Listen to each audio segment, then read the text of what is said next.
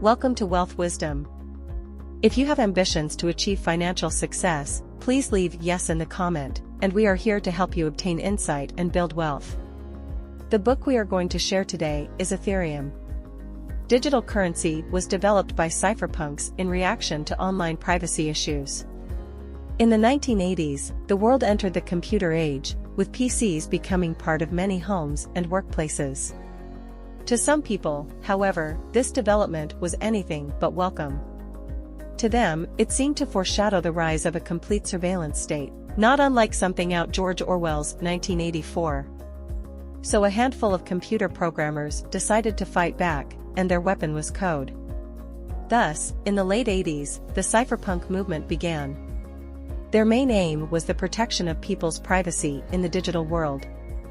One of the founders, the American programmer Eric Hughes, cataloged their goals and intentions in the 1993 book A Cypherpunk's Manifesto. The cypherpunks wished to see safe, encrypted communication in the digital world. This would allow people to make anonymous transactions. Unlike credit card transactions, where the payer and sender can be identified, cypherpunks desired a digital currency where people could send and receive money without being tracked, not unlike paying with cash at the local corner store. They took the first step toward a private communication system in 1997, by launching the cypherpunks Distributed Remailer, CDR, which was basically an anonymous, decentralized email system. Not long afterward, came the first version of a cryptocurrency, called B-Money, whose invention is credited to an individual with the online handle Wei Dai. Remarkably, B-Money worked similarly to how Bitcoin works today. All users of the currency held a copy of the transaction log, so that each payment was posted for all to see and potentially approve or dispute. The big difference between B-Money and Bitcoin is this: in B-Money's day, there was no decentralized way to maintain the accounts. Nevertheless, other attempts at cryptocurrencies followed, but each died when the dot-com bubble burst around the turn of the century. Nearly a decade of silence followed. And then, in 2008, Bitcoin emerged, becoming the world's first decentralized digital currency. Bitcoin's inventor is known as Satoshi Nakamoto, but his real name remains a mystery. However, Nakamoto did make his intentions clear. He wanted to make the concept of a traditional bank, that is, of a central financial institution, obsolete. This is why Bitcoin doesn't operate on any central registry and why all transactions are made directly between the users. Now that you know how cryptocurrencies were born, let's look at how they work. Before we continue, if you are interested in this topic, please consider subscribe and give us a thumb up. Let's continue. A blockchain is a powerful, secure, and decentralized database that can track and manage transactions. If you've read about Bitcoin, you might have seen the word blockchain and wondered, what the heck is that?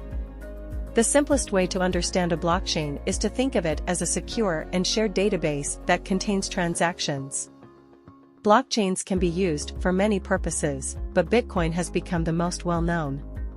For the purpose of this digital currency, the blockchain is used to hold transactional information about how many Bitcoins are being transferred between two accounts.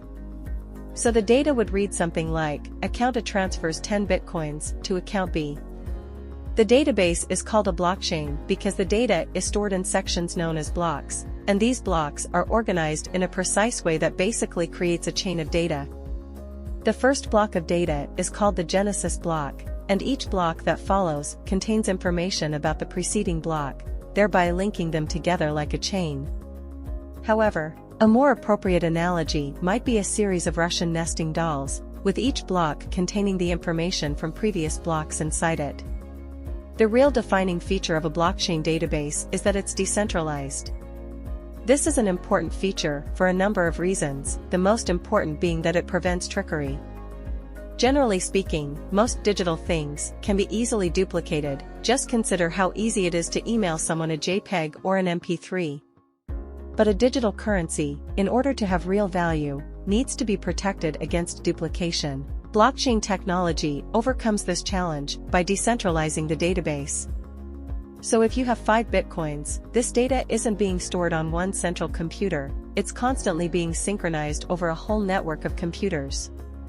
If you tried to go in and quickly change your Bitcoin amount from 5 to 15, this change would show up on everyone's copy of the blockchain and anyone can disagree and prevent it from becoming official. The other level of security provided by blockchain is its use of cryptography, which is why the term cryptocurrency is used to describe Bitcoin and other blockchain-based digital currencies. Cryptography allows for secure communication and secure storage of information and provides added levels of authentication within the blockchain. Every transaction requires a digital signature that uses cryptography to authenticate transactions and ensure that past transactions aren't tampered with. Blockchains operate through a process of consensus, which takes a lot of energy and time. To get a better understanding of how cryptocurrencies work without the aid of a central banking authority, we need to look at the step-by-step process of a transaction. Blockchains operate through a consensus protocol known as proof of work. This protocol ensures that the blockchain always accurately represents every transaction made. This works by having all the individual computers in the network, called nodes, agree on one true version of the blockchain. The nodes that actively participate in the consensus building process are called miners or validators. Obviously, it can be a challenge for all the nodes to agree on everything, from the order in which the transactions should be processed to what the next block should look like. And it's not uncommon for nodes to contend with different, and sometimes conflicting, proposals on what the next block should be. However, aside from the different proposals, there is always a longest chain or heaviest chain.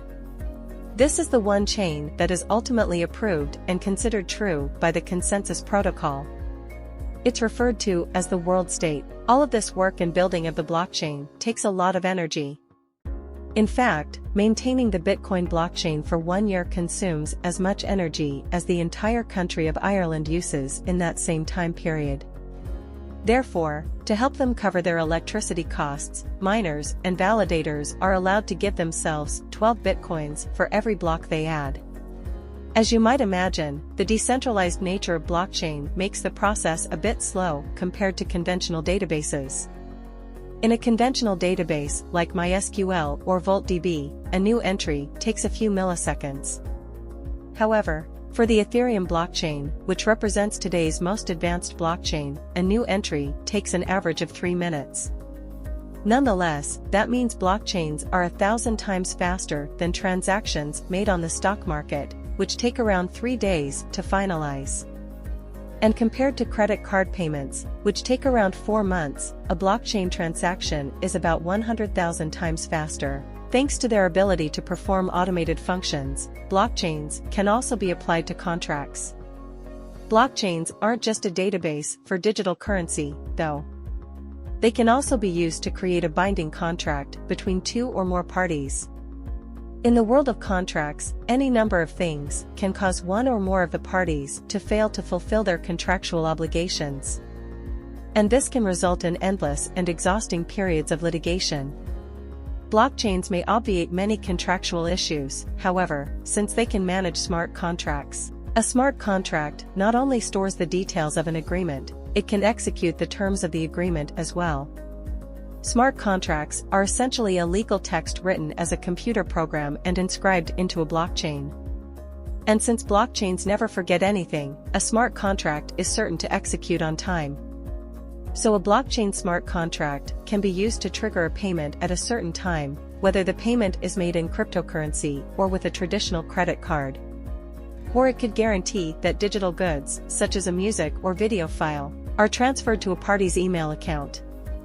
Through the use of smart contracts, blockchains make it possible for decentralized autonomous organizations, DAOs, to operate. Bitcoin and Ethereum are just 2 examples of this kind of organization. A DAO is essentially a company built out of computer code and managed by blockchain. It functions through a series of smart contracts that interact with each other in order to perform certain functions. You could think of a DAO as a car that not only drives itself, but also regularly tunes itself up and takes care of itself. Some smart contracts function as the engine and keep it running, while others pay for gas or charge the battery. And though the car represents its own organization, it could also be part of an Uber-like network. However, while things can run smoothly in a DAO, there can come a time when a problem arises and, with it, a question: who should be held responsible? Blockchains have some problems that are still being resolved. One thing should be clear by now: blockchains are not a fad. It's already been proven that blockchain has the potential to revolutionize commerce and finance, but there are some issues that need to be worked out. One of the most important problems is that blockchains can lose data. This isn't a common or likely problem, but it is something that's already happened to the Bitcoin blockchain. This happens when two or more of the large groups in the computer network, the ones responsible for storing the information, are unable to agree on the correct state of the blockchain. When this occurs, the network forks or splits. So you could ask two nodes about your Bitcoin account, and if each node is on a different side of the split network, you could get two different account statements. Obviously, this would be a nightmare for every financial institution using the blockchain. A split can also occur if the connection between the nodes is cut. This would cause the formation of isolated groups within the network. But such a split would be resolved as soon as the connection is re-established. The network will always accept the group with the highest computing power as the true state of the blockchain. This is because the longest chain requires the most power and is considered the most up-to-date. Unfortunately, this would mean that all transactions made on the smaller, rejected chain would be lost. Another issue with blockchains is that it's impossible to be completely anonymous or confidential. Every transaction requires a sender address and a receiver address. These addresses are also called pseudonyms, and are only a long string of letters and numbers, things like 17FHXHDB8. But the details of every transaction can be seen by everyone. So if someone's paying close attention, it's quite possible for the patterns and details of your transactions to reveal your true identity. This lack of confidentiality, especially as it pertains to extremely sensitive data such as medical information, might prevent blockchain becoming widely popular. But there's also hope that the issue could soon be resolved. Ethereum offers an alternative to the Bitcoin blockchain and currency.